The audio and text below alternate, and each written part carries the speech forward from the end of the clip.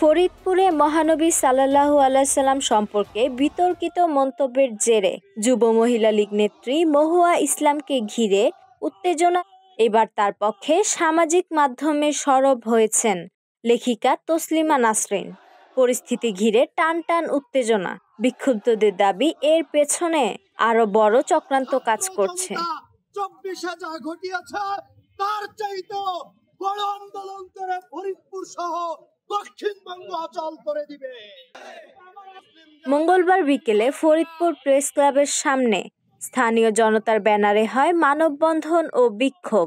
অভিযোগ, ফেসবুকে মহানবী সাল্লাল্লাহু আলাইহি সাল্লামকে নিয়ে মন্তব্য করে ধর্মীয় অনুভূতিতে আঘাত করেছেন জেলা যুব মহিলা লীগ সদস্য মহুয়া ইসলাম। এরপরই তাকে গ্রেপ্তারের আলটিমেটাম দেয় বিক্ষুব্ধরা।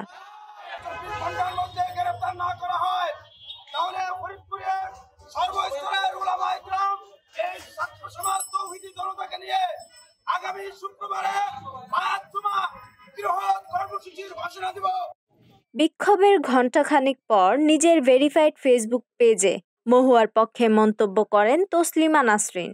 তিনি লেখেন, মহুয়ার মন্তব্য সত্য উচ্চারণ এবং বিক্ষোভকারীদের উদ্দেশ্যে তীব্র সমালোচনা করেন। এতে সামাজিক ও রাজনৈতিক অঙ্গনে আরও বিতর্ক ছড়িয়ে পড়ে। স্থানীয়রা দাবি করছেন, মহুয়ার আগের মন্তব্য ও কর্মকাণ্ড ছিল উত্তেজনা সৃষ্টিকারী।